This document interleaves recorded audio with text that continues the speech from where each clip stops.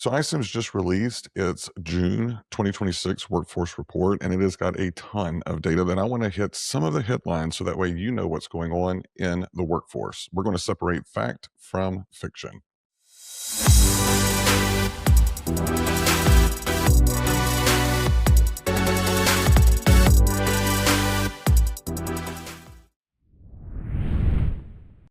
All right, so let's start with the US. Now, as a reminder, every month we do what we call a three-line report that looks at openings, hiring, and application volumes, both in the US and in EMEA. Now, if we look at what's going on in the US, the job openings came in at 9% above the baseline, which the baseline is May of 2025. And this has continued a trend that started back in March. So this is the third month in a row that we're seeing this kind of continuing adding of jobs, which is great for those looking for a job.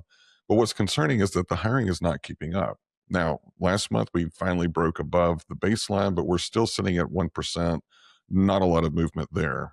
At the same time, application volume is pulling back. Now, this pullback began in February. We saw a little bit of an uptick, still below the baseline, but a little bit of an uptick in March. But we are now down negative 11% below the baseline. So the data is telling me that recruiting teams are doing a little bit of a reshuffle. Seems like more jobs are coming in. They're not able to get some of the jobs that they've had out and open closed or move it across the line while the application volume is drying up. So this is pointing to a lot of pressure on the recruiting organizations. Usually with the summer, things kind of slow down. This is the time to review your process, do an optimization, try to figure out where are those bottlenecks and get that hiring trend back above the baseline. All right, if we go and look at what's going on in EMEA, it's a completely different story. So, application volume is declining, but it's still 4% above the baseline that was May 2025. What's different about EMEA is that their hiring dipped to 7% below the baseline. So, they're not treading water, they're actually losing ground as the number of openings increase. You can see from the chart that we are at 17% above the baseline.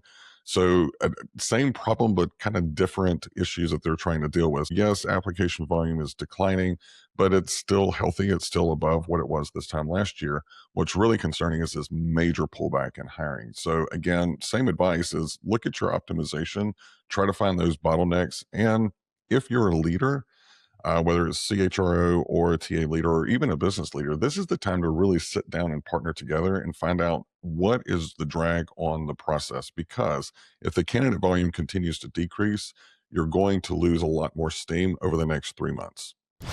All right, every month we decide to take a deep dive on a sector, on a trend, or a hot topic in recruiting. This month, we wanted to look at what's going on with tech hiring. So, if you read the headlines, there have been a ton of layoffs in the tech giants, the tech industry. What this report does is we wanted to look at where is that talent going? And the first stop that we made was what sectors are hiring. Coming in first at 8% above what was being hired last year in the tech talent is healthcare. And this makes sense. There's a lot of movement in the healthcare industry to leverage technology to increase quality of care. So this really wasn't surprising. And quite honestly, number two wasn't surprising either. Manufacturing.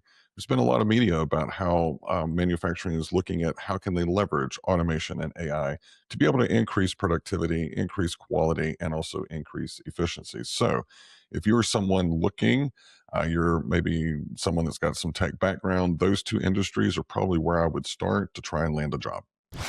We also wanted to look at what types of jobs have been posted that are actively being hired for. The number one and number two makes a lot of sense. Computer programming, software developers, kind of the same thing, just different nomenclature. And this is really interesting considering the narrative that is out in the market right now. Everything with AI, AI, AI. But we're seeing that, there is still a very strong need for software development. And then also too, cybersecurity, QA, and database administration. All of those are kind of the baseline of AI. So it looks like a lot of companies are really trying to beef up their talent and honestly take advantage of the fact that there's so much great top talent in the market. I think one of the most interesting pieces, well, all of it's interesting. I like all of the data, but we also looked at what's going on with the generations in tech hiring. No surprise that Gen Z still leads the largest portion of the candidate pool that's out there. And we also wanted to look at how are each of the generations responding to AI and AI and hiring. And on page 10 of the report, we kind of break it down. This is a fantastic page for you if you're really trying to consider how do you reach different generations, how do you maybe change your candidate experience, or even how you're leveraging automation and AI in your process to attract the different generations. We've got a ton of insights on that page. So if you are interested in digging into this report, remember this is a free report that we put out every month. You can go to icims.com/insights and you will see it right there in the middle of the page. You can review it on Flow Paper or you can download it and use it on your own. And I want to remind you that if you continue to scroll down, there's three anchor reports. You have the 2025 CHRO report, you have the frontline hiring report that we released last fall, and our recently released the definitive guide to AI in TA. So make sure there's a ton of information out there. And if there is information or data that you want, DM me. If I don't have it, might see it on the next report. I'm Trent Cotton, head of Talent Insights here at ICIMS, and I will see you next month.